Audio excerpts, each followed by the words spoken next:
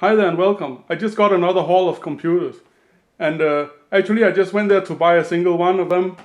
But we got talking and what do you know? He had a lot of very interesting stuff hidden away in his garage and other places.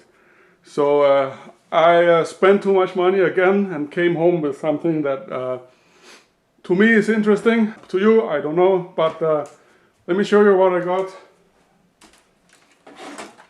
First of all, I got this Newbrain, and this is the AD version with a display out here. And actually, that was the one I went to buy, and the rest is just extra, so to speak. Now I have 4 of these Newbrains, and I'm gonna get them all fixed, and then let's see what we're gonna do with them. Of course, you saw my other haul video. I have also floppy drives and expansion boxes for this machine.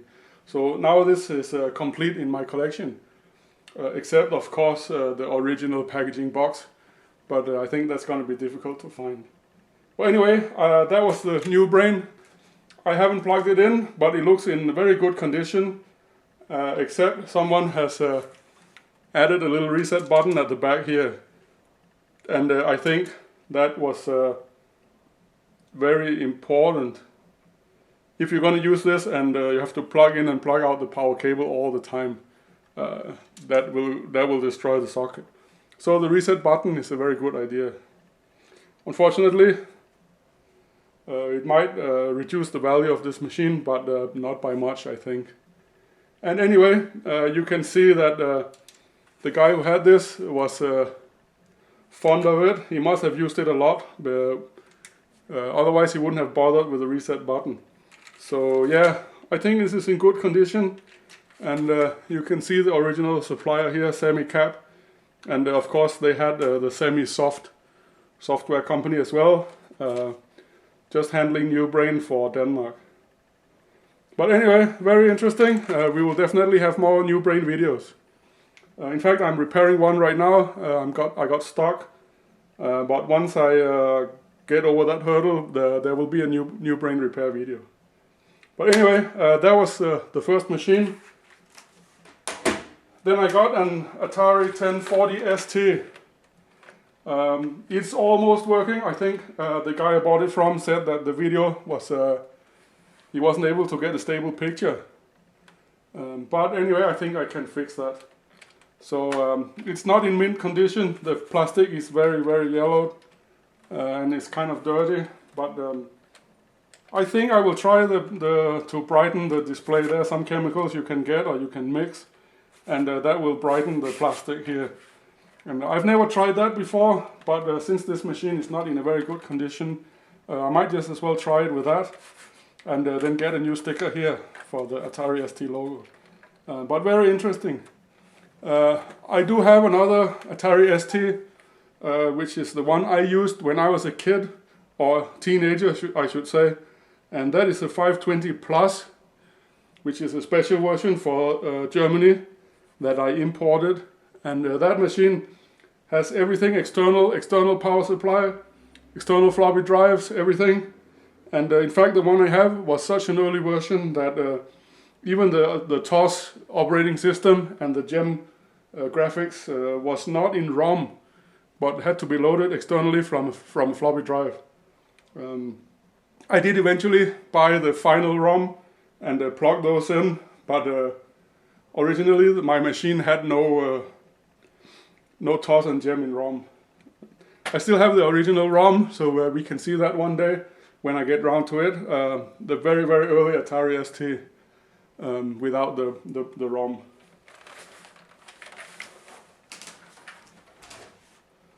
And yeah, I think you can see up here the Atari ST black and white monitor, which was very, very famous because the picture was superb. And I think this monitor is working, but the cable got caught in something, and I need to swap the cable on this monitor. Otherwise, I think this is in good working order. Then I got a Lambda 8300, and I have already made a video about the Lambda 8300. A repair video where I show the internals and how I fixed it. But yeah, anyway, this was sold in a supermarket here in Denmark called Bilka, and I think a lot of those were sold. Another one, which is electrically identical, but in black, is the Power 3000. And the Power 3000 was sold in BR Legetøj, which is a toy store, a toy chain here in Scandinavia. But otherwise, the machine is 100% identical. Just the plastic is black and with a different logo.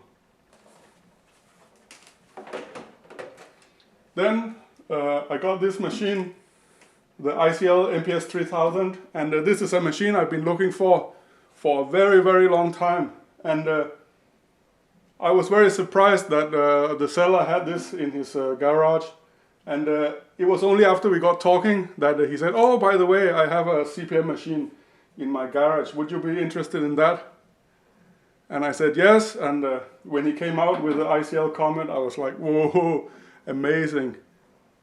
If you don't know the ICL Comet, this is a series of machines that were developed here in Denmark by a company called H. Hansen for ICL. ICL, of course, is a British company. The ICL Comet series, there are, as far as I know, there are 3 of them. There's the 3000 series, which I have the 3000 here. There's another 3000 model, which has 8-inch floppy drives called the 3004, which also has 3.5-inch floppy drives, but were available also with 8-inch floppy drives. And that was called the 3400. Finally, there's a ICL Comet 1400, which is this one, but half height and without the floppy drives. And I also have one of those, and I think I might be able to hook up some floppy drives for that at some point. And then finally, because these machines were meant for the educational market, and ICL, I think they got some orders, maybe like 500 or 1,000 pieces. But the majority of computer orders for the educational market here in Denmark was a company called Regnecentralen. And they had 2 computers. One was a Piccolo, which was a CPM machine. And later on, they had a very nice machine called the Piccoline, which is using CPM, concurrent CPM 3.0. I do have a Regnecentralen machine, but not the Piccoline, just the early one, the Piccolo with the CPM. And of course, these machines, the Regnecentralen machines, as well as the ICL Comet, were available initially with the 8-inch floppy drives. And I got 2 of these here. I got these from the seller as well. And these are brand spanking new, never been used, mint condition. And you can see the size of the disc here is like, 8 inches across. So it's massive. The floppy drive is unbelievable. And these are from 1982, and they're using a serial bus. They are not using the IBM PC standard floppy drive connector. You can see the gold fingers here. And I think I have the spec for that somewhere. And if I don't, I can probably buy it from or find it on YouTube, on Google somewhere. So a very, very cool thing, I think. And hopefully I will be able to hook those up to my other Comet, the 1400 model Comet, and we can play around with that then. These Comet machines, if we just go back, they are in the Danish Data Museum, and I'll put a link to that down below. But basically their website is just a database of hardware and software and the early history of Danish computing. So I will write to them and see whether they can supply me with some floppy disks for this machine. Because I know they have them over there. So hopefully we can also get this thing booting, and we can play around with the CPM and Comel and Basic and Pascal and whatever have you for this machine. I think I will leave you with an image of the 8-inch floppy drive and a little tiny 64 gigabyte micro SD card. There you go. And this micro SD card has thousands and thousands times more memory storage than this 8-inch drive. And yet the weight is just also thousands of the weight. So you can see in about 30 years, you can see the amazing change in technology right here. I'll leave you with that image, and thank you for watching, and I'll see you again real soon. And hopefully this time with some woodworking videos, as well as some repair videos and some more teardowns. So yeah, thank you for watching, and see you again real soon.